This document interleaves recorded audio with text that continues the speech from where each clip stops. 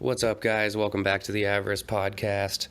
This episode, I'm going to be discussing Game of Thrones, the final season, the series finale, and a little bit of the series as a whole.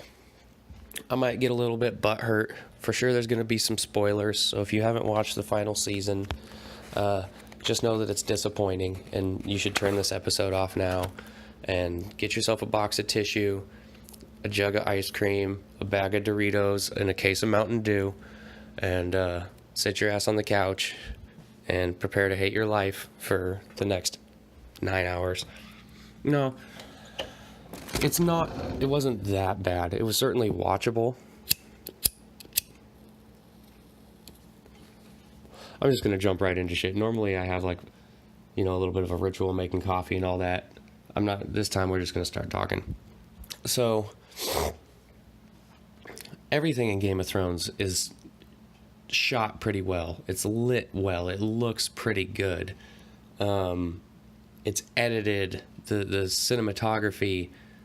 It's all fucking great on that front. It started out. It got me because of how dark it seemed, and I'm not generally a fan of magic and dragons and supernatural shit, but it was close enough to based in reality that I could deal with it. It seemed most of the time like it was people doing people things, so that would allow me to kind of digest the parts where it got supernatural and magical, and you kind of had to take some leaps of faith to stick with them, story-wise. Three-eyed raven and whatnot. But what was best about it is that they really take the time to develop the characters and the stories, and it's complex and interweaving, and you really had the feeling that it was going somewhere that was ultimately going to culminate and either make sense, explode, whatever the case may be, but you felt like there was going to be a great culmination ahead. The best thing that Game of Thrones was able to do was make you want more. At the end of every episode, you wanted to watch the next episode. It's one of the most binge-worthy shows. In fact, so Game of Thrones, this was their 8th season. So I started watching it, I think, around season 2. So my wife and I watched the first 3 seasons. Then we had a baby. So we went 3 or 4 years without watching any of them because it's hard to set aside an hour to pay attention to a show that's that intense and has that much detail and that much going on and not miss something. And I don't want to miss something. I hate feeling like I don't know what the fuck is going on in a scene because I didn't pay attention earlier. So we just kind of cast it aside. And then finally, he got to the age where he's able to keep himself entertained somewhat. He's not so needy and rambunctious, and we dug back into it and caught up. So I know that a lot of people had problems with season 7. I gotta be honest, I didn't really notice, but I also didn't consume it on a week-by-week basis where I had time to really digest it and be disappointed by the individual installments, because I was just watching it one after another. So if an episode ended and I didn't think it was that great, it didn't really matter because I was just going to watch another one right after it. It didn't really have the same effect, so maybe that's why I didn't feel the degradation that a lot of people complain about in season 7. I know that a few things did feel like they came out of left field and just slapped you in the face, and you're like, wait, what the fuck?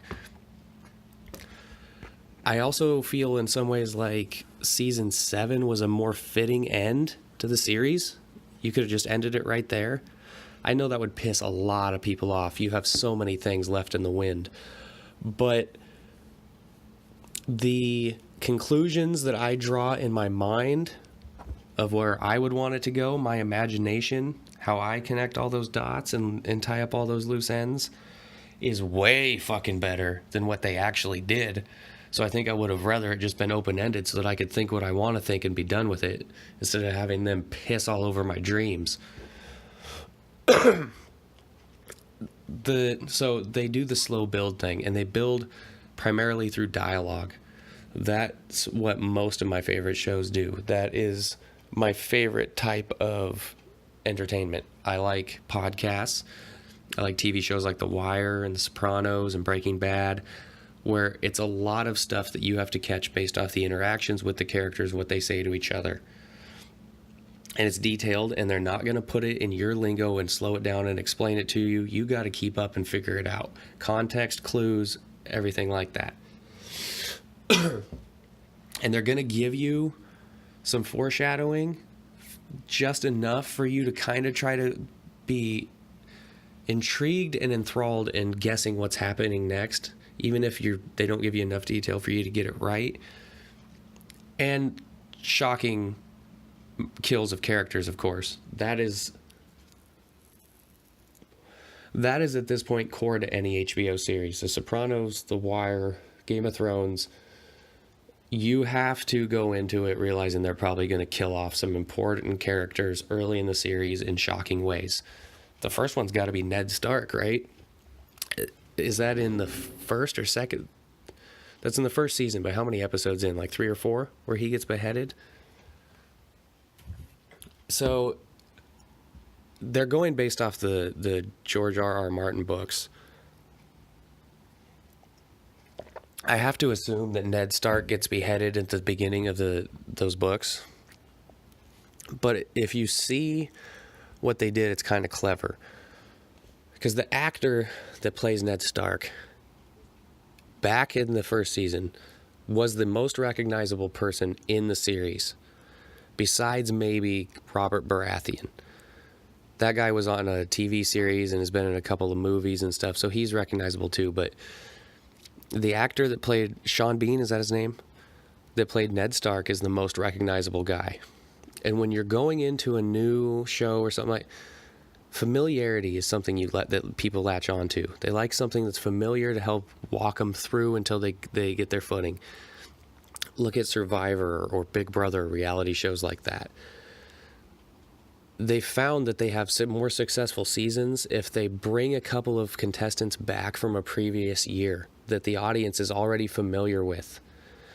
Because they already know they want to watch these couple people, and that's willing to buy you enough time for them to get acclimated to the other or acquainted with the other people. So we get Ned Stark as the most famous face in the thing, and we're kind of like, okay, I'm into this, let's see how it goes. And he seems like he's going to be a main character of the show. So we start following along. We meet Jon Snow, we meet Arya, we meet Cersei, we meet Jaime, we meet, the Mountain. And then they kill him off. Probably because he was the most expensive person on the show at the time, too. That's just my opinion looking at it from if I was making the show. We're going to get the best, most well-known face we can get for our money and put him in this role that's only going to be for a few episodes to hook people in. Then we won't have to pay him for the whole season, and we'll already have garnered somewhat of a following. That's just my opinion, how I'm looking at it. All speculation. So then we become acquainted and endeared to all, or put off by the remaining characters. And there was some obvious and some less obvious trajectories. And at the beginning, it all seemed so ethereal and spread out that it was hard to imagine it actually coalescing and coming together into one final moment. Because you've got Khaleesi, she's on the other side of the world. At this point, she's not even Khaleesi. She's with her brother. He thinks he's heir to the throne. He's the last dragon, whatever the fucking case may be. And they're working their way towards King's Landing. And you've got you're way up at the wall, and then you've got King's Landing, and you've got Winterfell, and then we go to Dorne, and it just all seems so big. And you have each kind of area had these big fish in it. And they slowly build, and you have your payoffs, and then you have twists and turns, and it builds and builds. And I felt like when we got into this final season,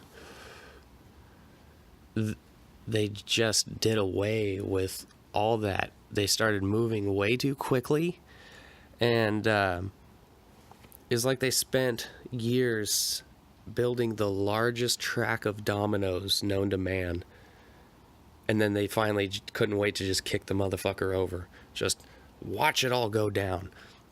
And then even the way that they chose to destroy it was not even the best that they could have gotten out of that. They, in my opinion, they made no attempt to satisfy the audience at the end.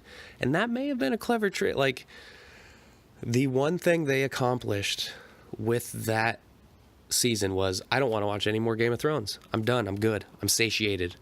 By the time the last episode came around, I told my wife, I said, I'm not even excited. I just need to know what happens. Like, that episode where Daenerys burns the whole fucking city to the ground. By the time that was over, I was so disappointed in the decisions that they had made with that. I was just like, there's one more episode. There's no way they can correct all this. They just jammed 15 pounds of shit into a 5-pound bag. It's spilling out all over the floor. I need new shoes now, and I want to go home.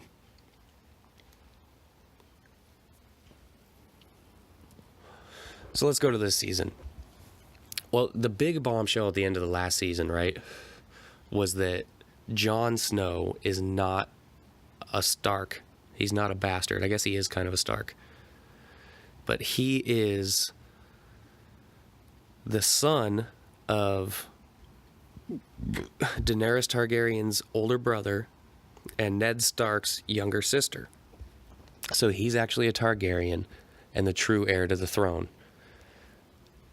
And we have just had kind of the culminating scene between Dany and Jon Snow where they've started fucking, and you realize that she's his aunt. And that's how they end the season. It's like, oh my God. That is such a big, drastic turn and twist to add into the story that you really think that there's got to be a fucking payoff at the end of that. That has to end in the most climactic thing. So we move into this season, and everybody knows that there's going to be the last season. There's a lot of hype built up around it. And we have all these kind of separate storylines finally have to come together and coalesce and make sense and blossom into something. So the first episode is basically just kind of setting the table. At least that's what it felt like. It felt more like classic Game of Thrones, honestly. The first episode of the season might be the best one.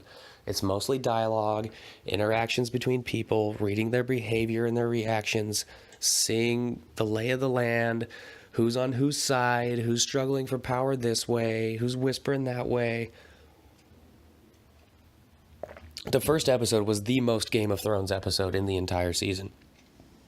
And a lot of people bitched about it because they were expecting, when you come out of the gate and advertise that the final season of the most successful show of all time is going to be 6 fucking episodes, people are expecting you to come hard from the jump, because this is typically a slow building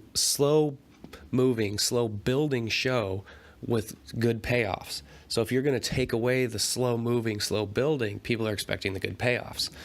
They're just expecting all their dreams to come true in these 6 episodes.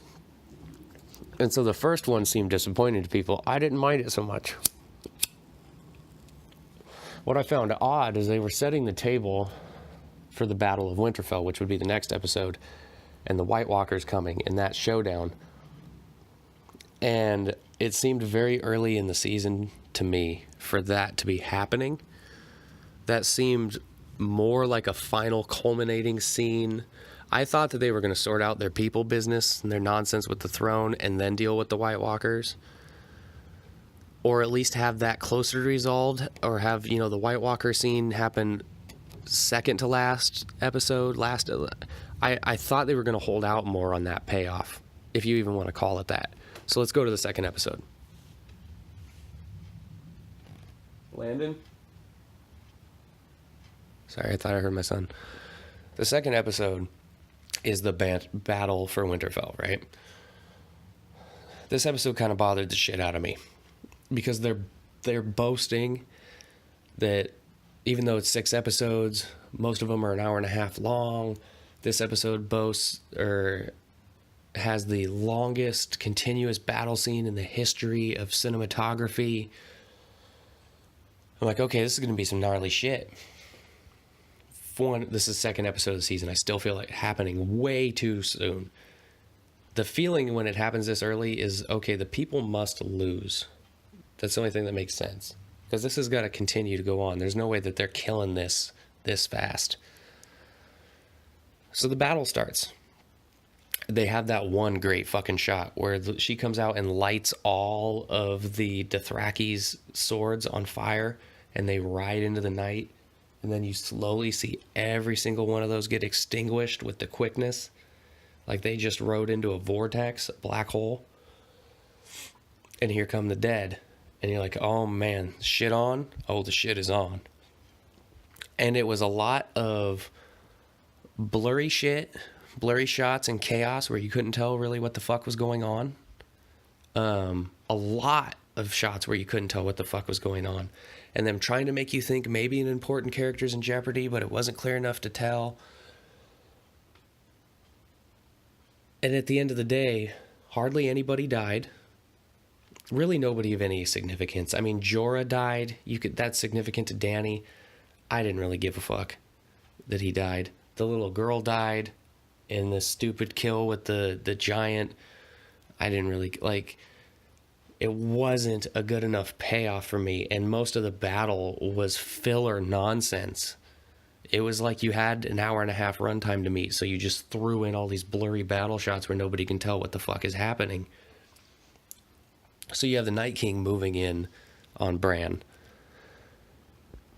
and you're expecting to finally figure out exactly what Bran is, what his purpose is, what's his connection to the Night King. And Arya flies in,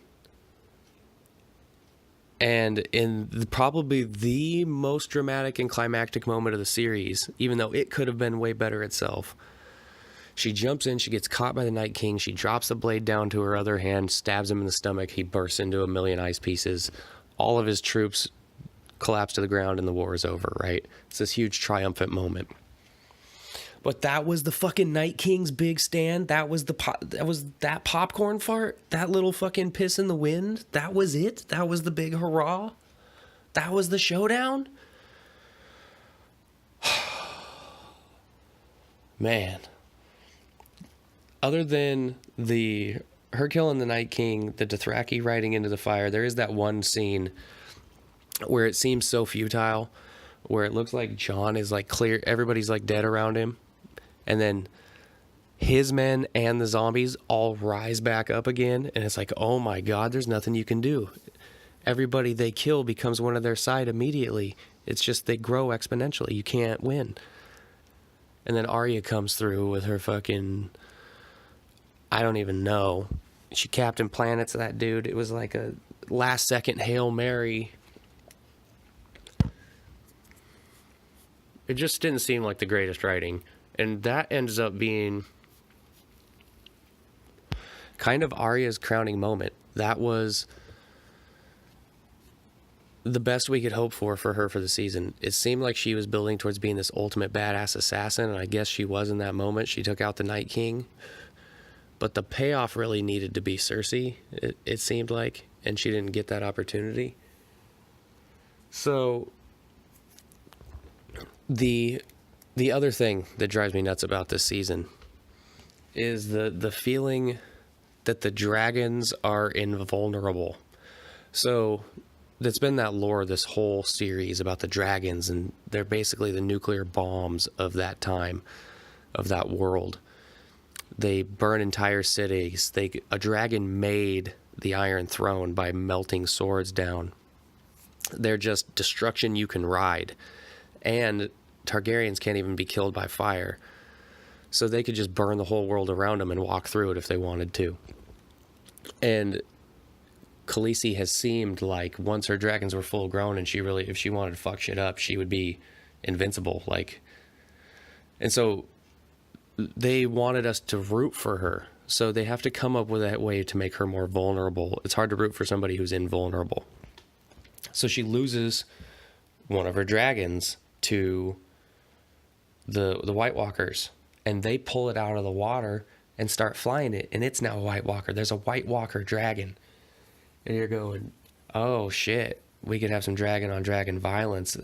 This seems like the dragons are a lot more vulnerable now. It doesn't seem like such a safe bet. And it seems like they killed off that zombie dragon way too fucking easily. That's just, a lot of that stuff didn't pay off as well as I thought it was going to. The next couple episodes, I think, are a bit muddled in my head. I don't remember exactly the comings and goings, if I'm being honest. But let's go to where they finally arrive at King's Landing.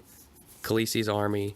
You have the interactions between Khaleesi and Jon Snow, where he doesn't want the throne. The whole time, at least me, I think, and most of the audience is begging Jon to want the throne. Please take the fucking throne, Jon. We love you, Jon. We want you on the throne. This would be the greatest arc for your character. It would make everything worth it. We'll put up with this bullshit season as long as you end up on the fucking throne. And the entire time, he's just denying it, putting up with Daenerys' shit, turning a blind eye, acting like a bitch. And it's like, oh my God, will you just stop it already? The one thing he does, though, he was raised right with morals by Ned Stark. Now that he knows she's his aunt, he is not fucking hurt anymore. But you got to give him props for, because she's all about it. She's like, it's how we made the Mad King, baby. Let's just keep this train going. It's a cycle. So they get to King's Landing. Missandei gets beheaded. They're trying in this season to make Missandei and Grey Worm more important characters than they are. Missandei, if anything, should be more important to Khaleesi. I know that Grey Worm loves her, but he doesn't have a dick, and it's whatever. I really don't like what Grey Worm becomes in this. I guess it's authentic because he was raised this hardened killer, but they really give him too much shine, and somebody just needs to smack his ass down and make him act right. And you have Khaleesi come in on the dragon, and her other dragon gets shot by the gigantic fucking arrow that they were designing in the previous season. One shot, one kill, done, dead. Crashes into the ocean, I think. And she's like, oh my God. And you're like, oh Jesus, the dragons are vulnerable again. It seems like it's pretty easy to shoot one of those things out of the sky with that. She's going to have to be very careful about how she navigates this. So then the next episode, she just swoops in like she's been playing aircraft simulator on her laptop all night. And she just starts zigging and zagging and outmaneuvers all these motherfuckers and destroys an entire fleet just like nothing by herself. And it's like, oh my God, I guess the dragons aren't vulnerable. I guess she's just God mode. She can do whatever the fuck she wants. Throughout the course of the Khaleesi character, they had tinges that she was kind of psycho.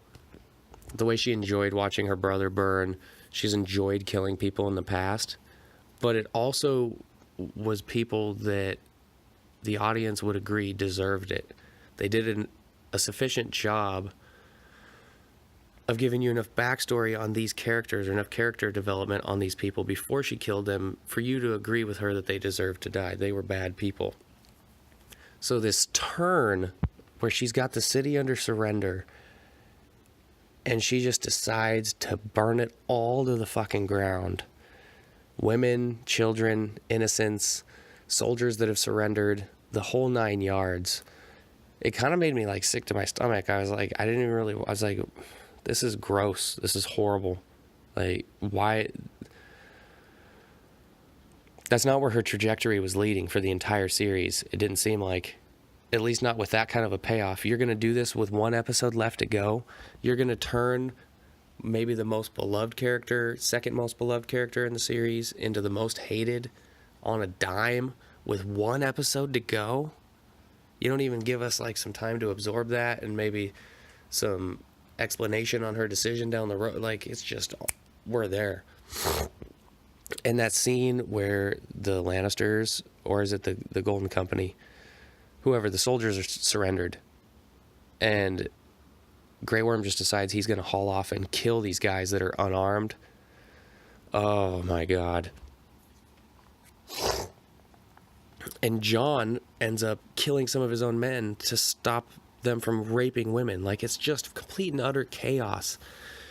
She has gone from being the breaker of chains and beloved by everybody and someone who would win in an election if they had it, to everything she's fighting against. She is Cersei tenfold. She's Cersei with a dragon.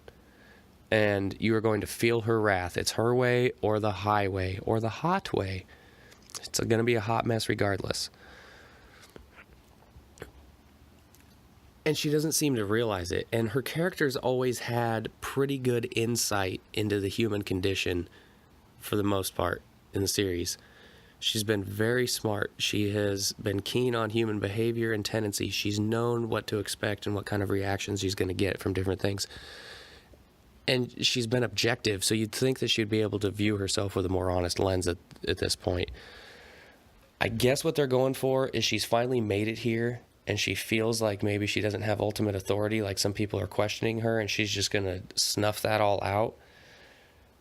But any chance of her being loved by anybody but her soldiers is out the window at that point. And the death of Cersei and Jaime. So I don't like Jaime's character arc because the message of it seems to be no matter what you go through and no matter how hard you try to change and no matter what kind of good things you do, at the end of the day, you're going to be the same asshole. Because that's what Jaime did. Jaime had gone through all this shit. He lost his hand, knighting Bree, fucking Bree, all just so that he could run back to Cersei and try to make things right and be her little bitch boy. And Cersei's death. Up until Daenerys torches King's Landing, if you, longevity-wise, throughout the course of the entire series, Cersei is the most hated character, in my opinion. I think most people would agree. So for her death to be that dissatisfying, unsatiating, she just gets crumbled. Like, you gave her and Jaime like a Romeo and Juliet romantic heroine and hero death. That is not the way I want the most hated girl in the history of the fucking series to go out. Someone needs to kill her. It needs to be epic. Something good needs to happen. Have a dragon eat her or burn her. Something better than the rocks collapse on her while she's in Jaime's arms.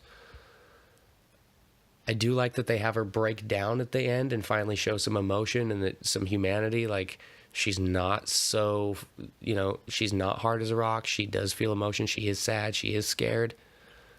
But it would have been much better to see her do that in the face of an assassin with cold, dead eyes, as opposed to some fucking bricks falling from the ceiling. I know they tried to do a lot of like weird Easter egg shit and correlations and tie it all up, but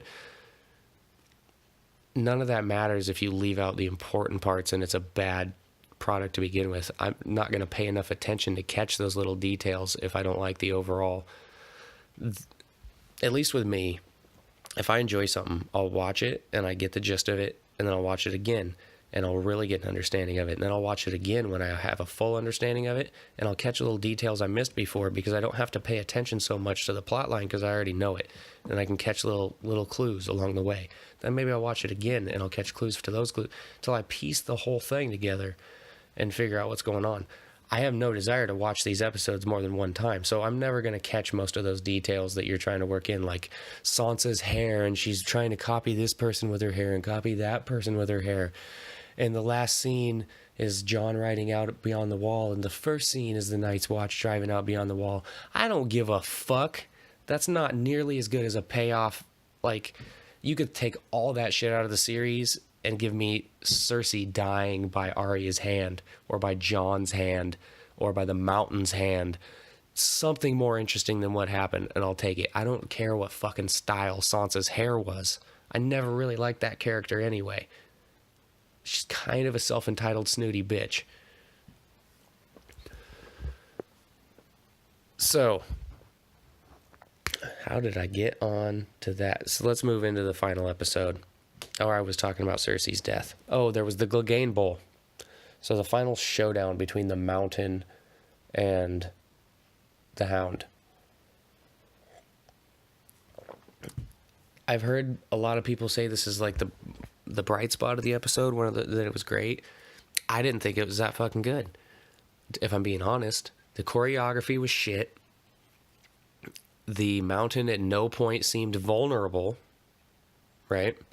He's just getting stabbed in the eyeball, he's fine. Stabbed in the neck, he's fine. Stabbed in the stomach, he's fine. And we realize that the hound is going to die. We know the mountain is going to die because the whole fucking, like, they're both going to die. The building is collapsing. There's not really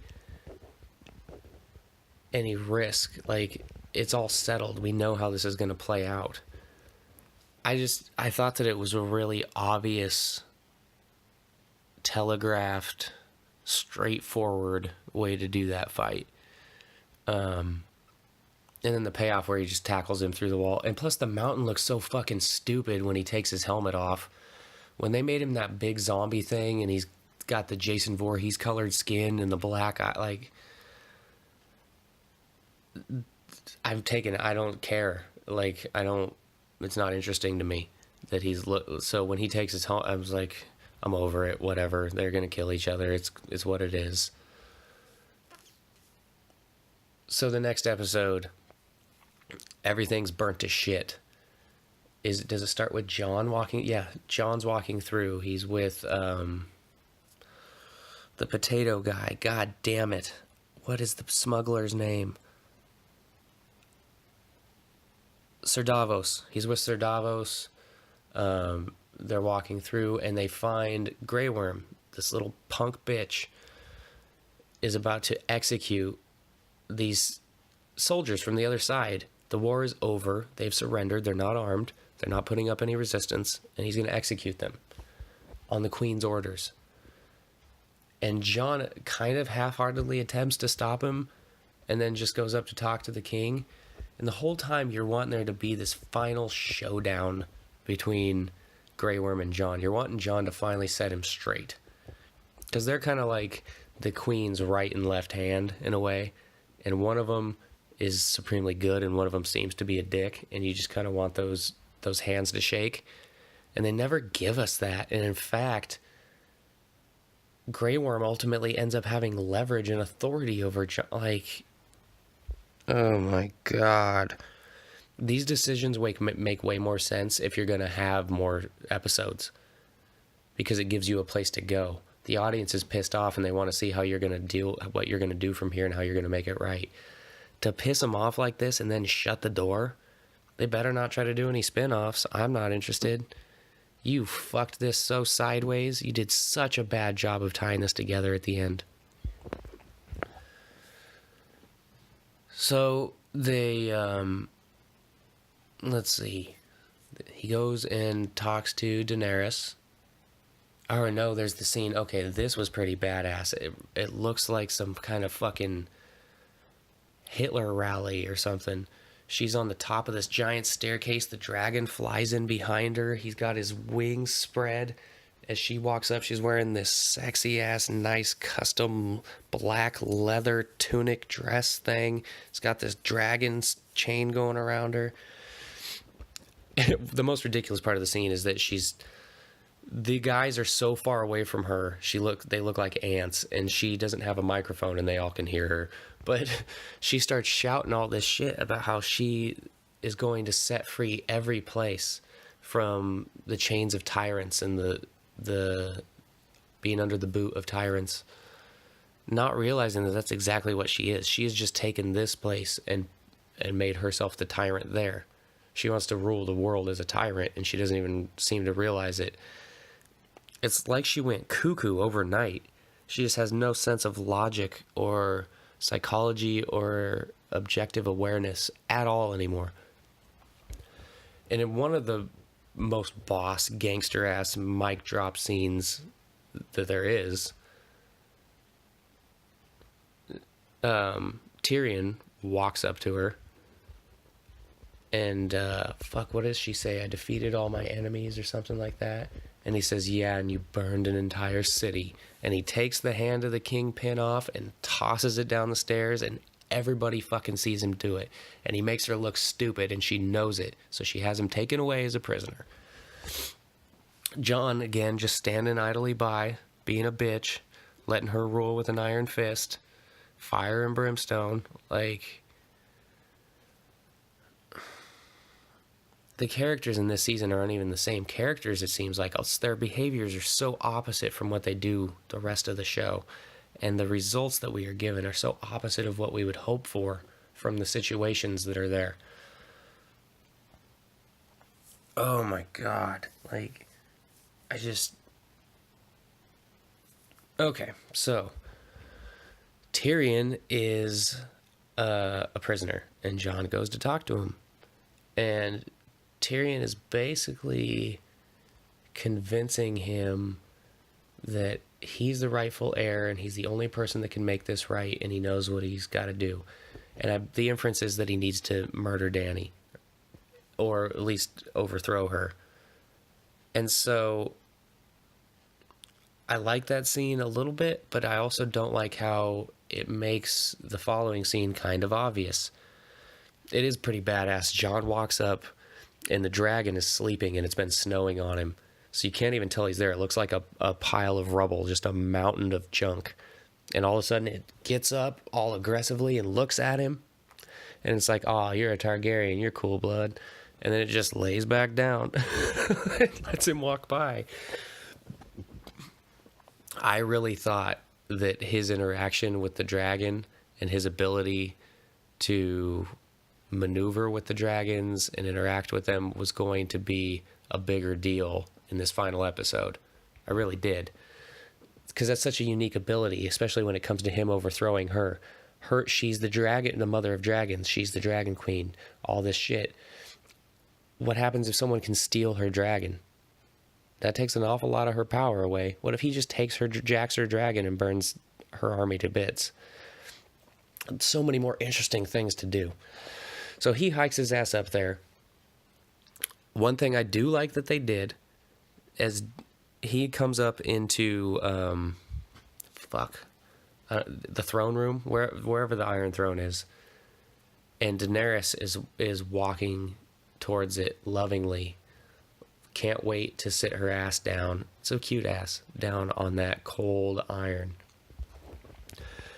And they've made such a big deal, or at least, I don't even know that they have, but the fans have, of who's going to sit on the throne. It's sitting on the throne has been such a big thing. Who's going to end up sitting on the throne? And so as she's walking up to it, I said to my wife, I said, she better not fucking sit on there. Like, I felt like that needed to be the end shot, the final moment, the final bit of story needed to be who set their ass on that throne. I thought that was going to be the way the series ended. It was going to be some big dramatic crescendo, and whoever finally made it and won all this, won the Game of Thrones, they were going to sit down. We were going to have like a close-up shot of their face, zoom in on their eyeball, cut, almost like the end of Chronicles of Riddick. Keep what you kill. I thought that was going to be the big crescendo. Who sits on the throne? That's what we're getting. That's what we're heading towards. So when she's walking towards it, I was really like, one, I didn't want them to shoot their wad by having somebody sit on the throne prematurely. And two, I definitely didn't want it to be her at this point because I couldn't fucking stand her character. They took a character that I was pretty much on board with, and within a few episodes, I could not stand her. I hated her. Which does make sense if you're going to kill her. But it also all happens so fast. This is shit we're used to taking seasons to build up to and have payoffs for. Not just like getting slapped one way and before we know where we are, we get slapped back the other way. So she's all excited and happy, and he finally just he's like, you killed women and children. And she's like trying to defend herself. And he says, you'll always be my queen. And they start kissing. And I was like, oh my God, they're ruining Jon as much as possible. They could not ruin Jon more. This is the worst. And you hear the, and he stabbed her. And I actually clapped. I high-fived my wife. I went, woo! It was like, for the story they were going with, that was the best payoff we could have hoped for at the moment, I suppose. They could have... I guess some people thought that her actual kill could have been a little bit more drawn out or a little bit more dramatic, a little bit more climactic, just based off how important of a character she was throughout the entire series. But it's the last episode, and I thought it was poetic because he stabbed her while she was embracing him. Like, he was the only person in her life that could get that close to her, and it killed her. I thought that was really an effective way to have him kill her, and the only realistic way when you consider her dragon and her devout troops and soldiers she has at her side. I thought that was a good way to kill her. So now we get into some shit that I didn't particularly. So the dragon seems to immediately sense that Khaleesi's dead. I like calling her Khaleesi, even though she hasn't been Khaleesi for a long time. That's who she is to me. She's Khaleesi. Those were the golden years. So when her sex was on fire, she was supremely likable then. It was all good things. She was half naked most of the time.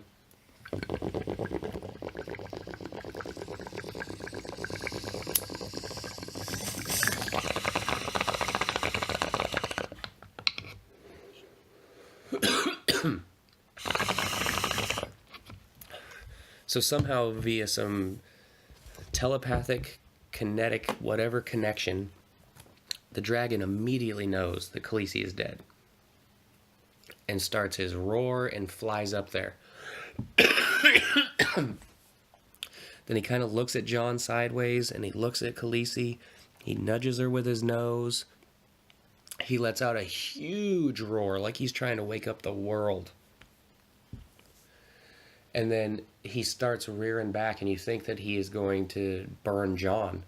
And it's going to be this interesting moment because Targaryens aren't supposed to be able to be burned by fire. At least dragons aren't. Remember, her brother died by fire even though he was a Targaryen.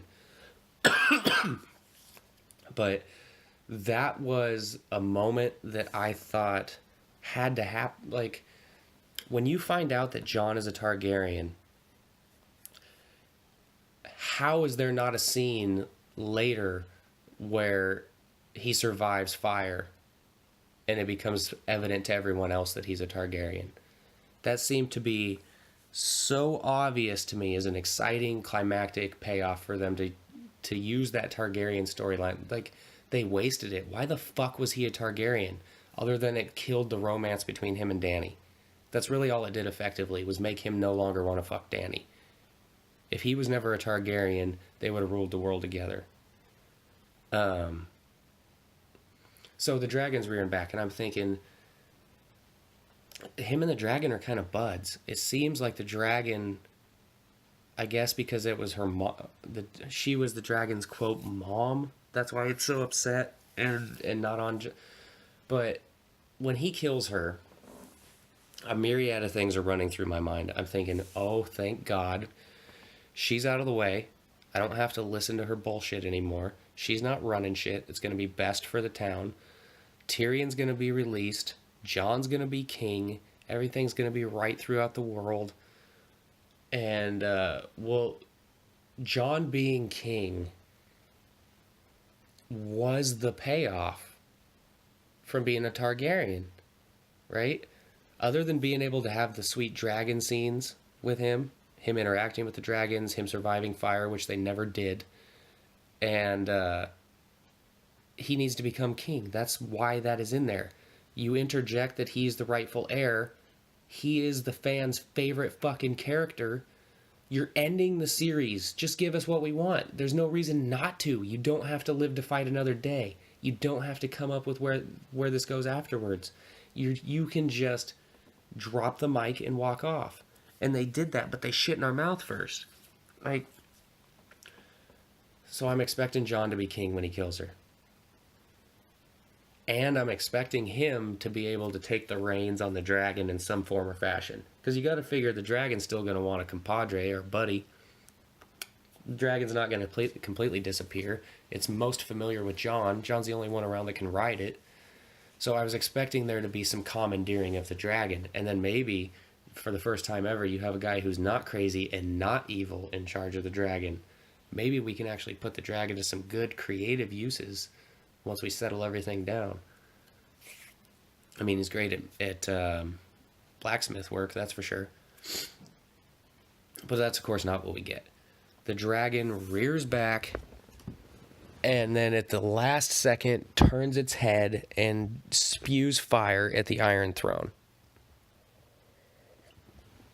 So this hints at the dragons being much more intelligent than I ever thought that they were. Because you have to have a real tangential understanding of what Khaleesi's been doing over the last few years to put blame on the throne. And that's what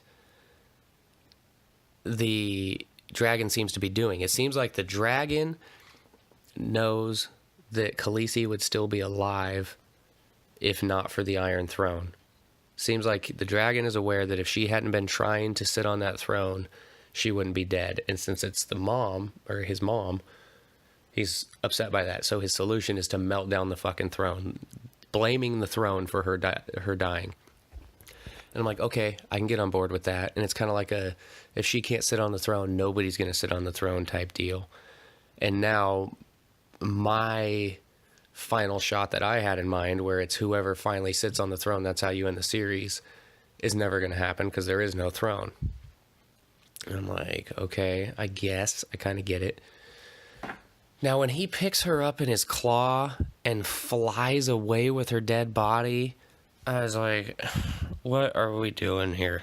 What is this? Like, really? This is... And I was disappointed because I was like, so is the dragon's just gone? So in the future, in this realm, nobody's going to know where the dragon is. Nobody has control over it. Jon didn't try to, like, make friends with it or make peace or anything. He just stood there, like, stunned.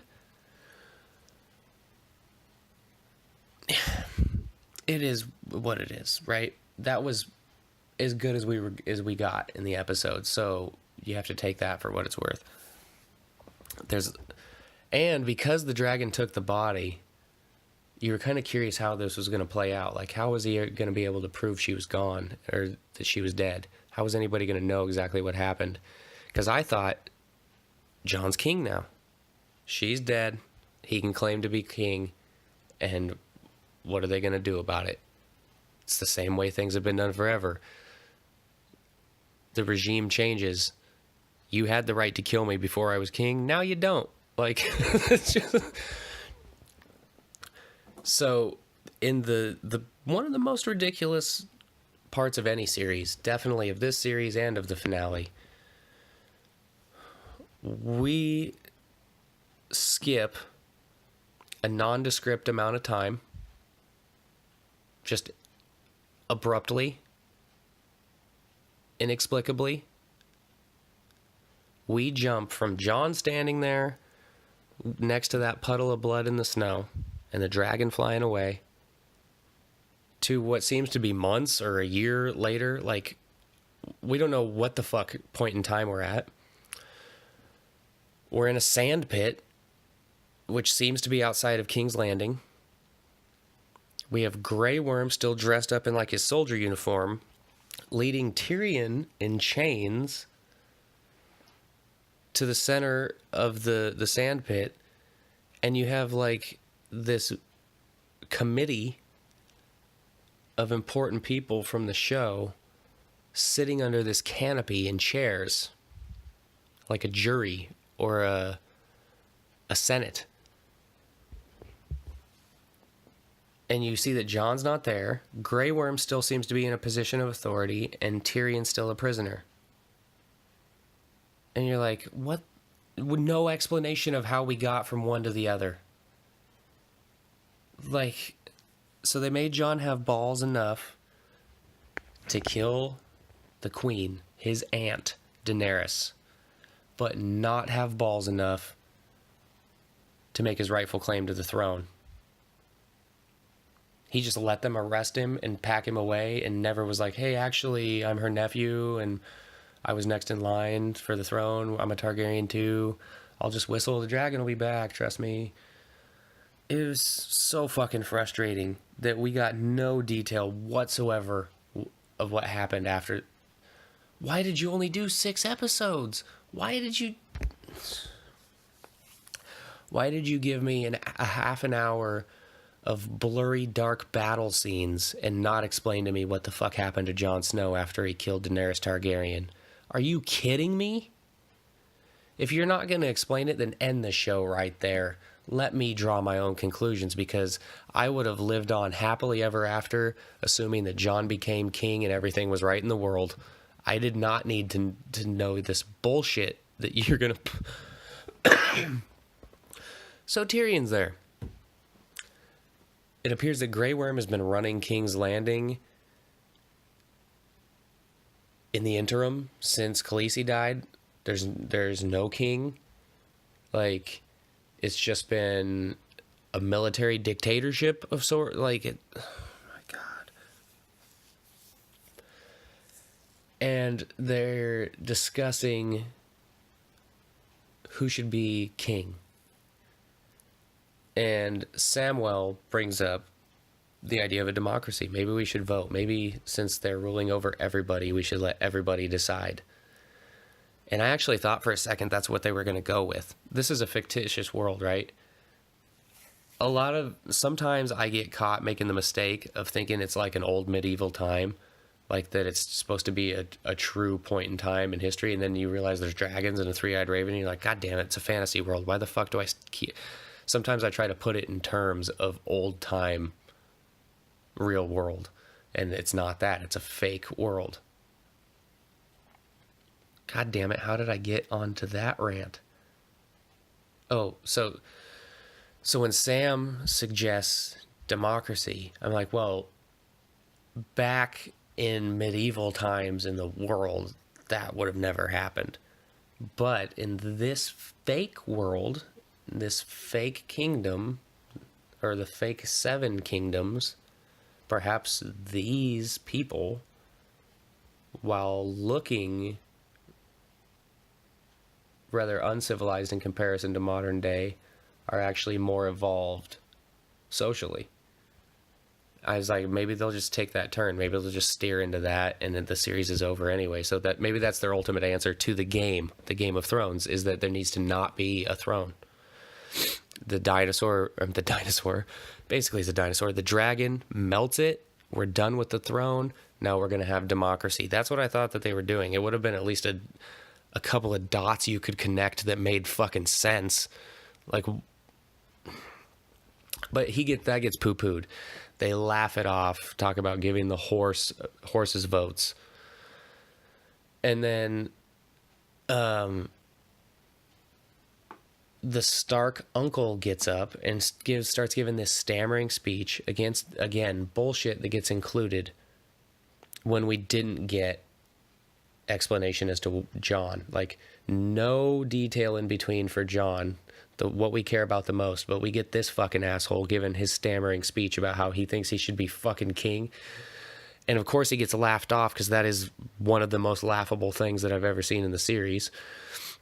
Isn't he the one who married the Greyjoy, right? And then got kept for... Yeah, anyway. So Tyrion has the bright idea that Bran needs to become king. And I'm like, okay, I guess.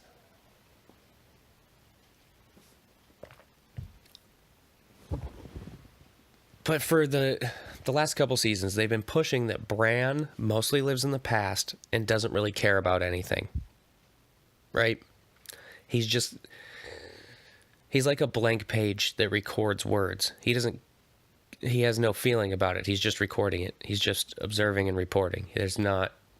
He's totally objective. There's no emotion involved in it. But he does clearly say that he mostly lives in the past. And he doesn't want anything. So then when they turn to him and he's like, why do you think I came all this way?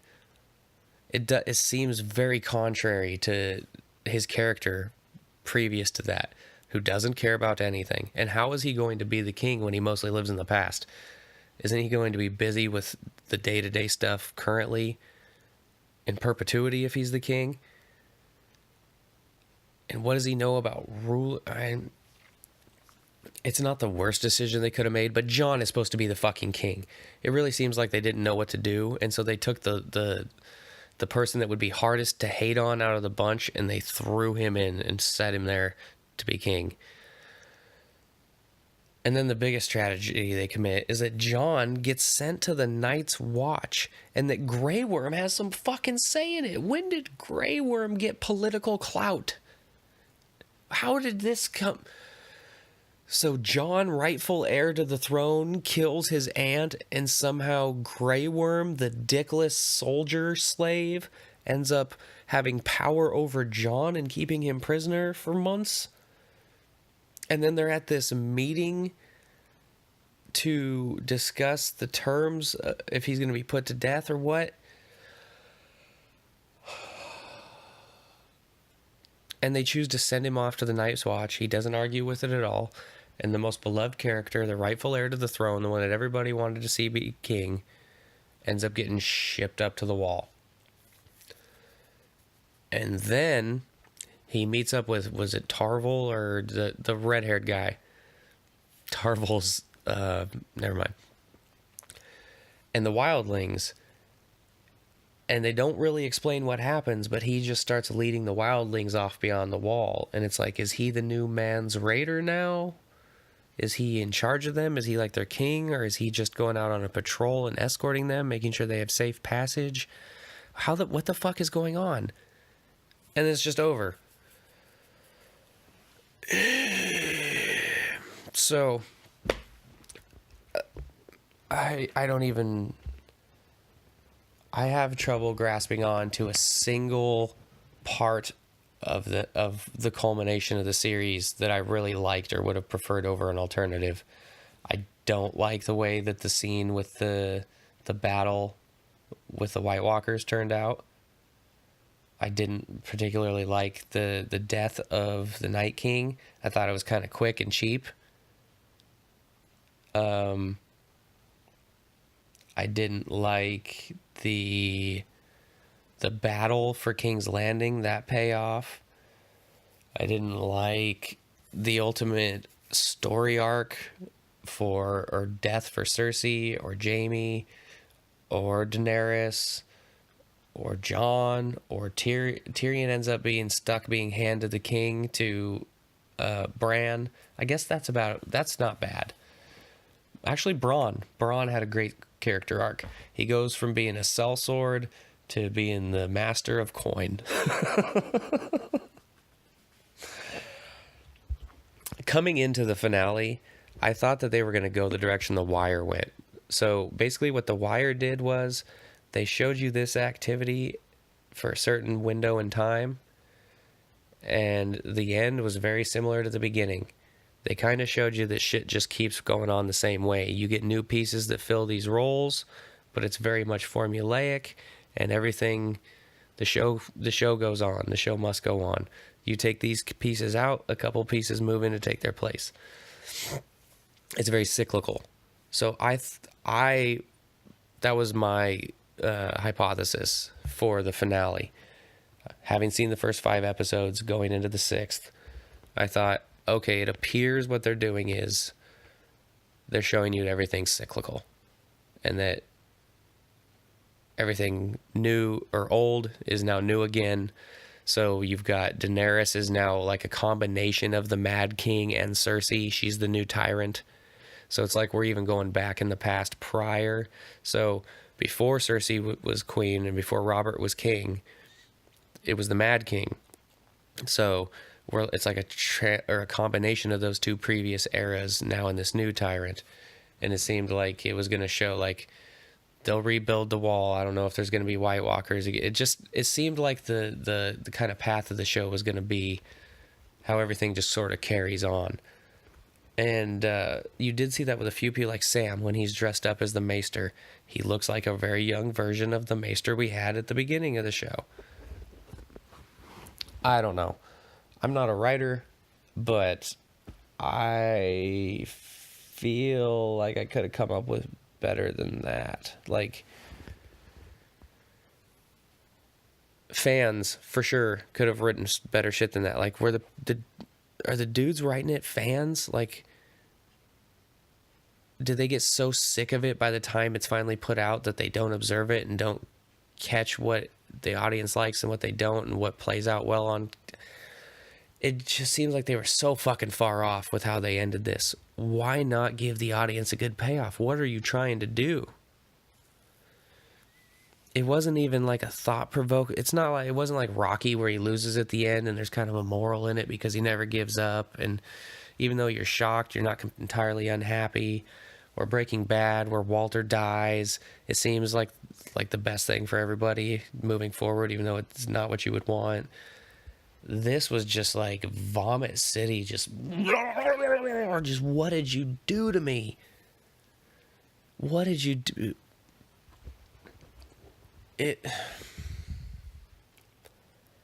There's a weird thing about series,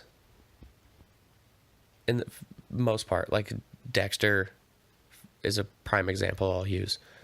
It starts off with a great idea, and it's well written, and it's very interesting. But because they don't have any idea how they're going to end it when they start, and they just kind of think of it along the way, and they start reacting to a demand for it, and producing more content, and extending farther and farther beyond the realms of reality, and having to stretch, and work in more bullshit and more bullshit.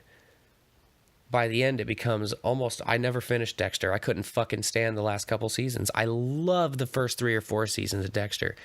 And by the last couple, I couldn't even watch it anymore. Because they didn't want to kill it because it was making money and it was so popular. But they killed it because they kept it going way too long. And you don't have a through line of everything making sense if you don't know how you're going to end at the beginning. And this series is based off books that were not... a series of books that were not completed when they started the series. I think that the first season is the first book, the second season is the second book, and I think the third and fourth season are the third book. And then I think after that, they had to start making shit up as they went because they had surpassed the books in story time. So they definitely didn't know how it was going to end when they started. If you had a complete book series, you know, like a Harry Potter or Lord of the Rings, something where you know the entire story before you start, there's not going to be any tripping over your dick, and everything that you are building up towards is going to have a payoff at the end. It's all for a reason. I feel like Game of Thrones was so interesting at the beginning because we felt like all this shit was building up for a reason. And then at the end, we didn't really get satisfactory reasons. And that makes almost all of it before not worth it. I'm not saying it wasn't worth it. I got the hours of enjoyment after. Obviously, it was a good enough show that it actually produced agony in me that the last season was this bad. In the first, I might go back and start the first season over just to see if I notice weird correlations and shit, at least through the first 4 or 5 seasons when it was good. Those are still great, very watchable. The story is awesome, but not having it pay off in a satisfactory way leaves a bitter taste in my mouth. How do you not have a scene where John gets burned? How does that not happen? How the fuck does that not happen? His claim to the throne would be undeniable if he walks out of fire unscathed. The public would immediately bow at his feet, especially if Daenerys is already out of the way, or if Daenerys has gone crazy at this point and he's the better alternative. But they don't explore that at all. They don't explore Jon taking over the dragon or trying to interact with the dragon, and they don't explore Jon trying to become king after he kills her. Oh my Jesus. how does Grey Worm make out like a fucking, like, Grey Worm ends up being like the captain of the ship sailing back home, and John gets sent up to the fucking Night's Watch? That is... The creators of the show are the real tyrants, making us put up with that. Fuck, I'm disappointed with that. Like, man. It was just so forced and lazy. It's like they got done with the 7th season and then went, okay, how do we get to here and get to here and get to here and get to here in 6 episodes? And it's like, well, we're just going to have to knock over all these houses of cards as fast as we can. Boom, boom, boom, boom. What do you guys think? Are you satisfied with how that turned out? I think there are very few people who are satisfied with how that turned out. And it degrades the quality of the series overall. There was, through the first 5 or 6 seasons, this had the potential to finish as the greatest TV show of all time, or one of the top 5, 10. And the way that it dropped off towards the end makes that impossible in my eyes, because the real heavy hitters like Breaking Bad, like The Sopranos, like The Wire, those are good the entire time. I guess The Wire is a little bit funky in the 5th season, but it's still ultra watchable. The Sopranos, ultra watchable. The Breaking Bad, titillating up until the last episode. Sons of Anarchy, even. The Shield. The way that they screwed this up, I just don't... It seemed like they were just trying to get out quick. Like, they got to here, and they either didn't know where to take it from here, or they couldn't get money or the actors on board to proceed for an extended period of time to really bring this to a proper culmination. So instead, they brought it to the quickest one possible. What's the least amount of episodes we can do and close this bitch up? I don't know what else to say. I guess we'll see what they spit out at us next. HBO's notorious for their great TV series. I just mentioned a couple that are my all-time favorites that were on HBO. I loved Entourage also, Curb Your Enthusiasm.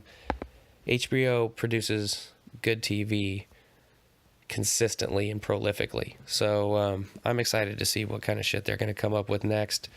And we're putting Game of Thrones to bed. As sad as it sounds, like I said before, the one thing they were successful in achieving this season was that I no longer want to watch Game of Thrones.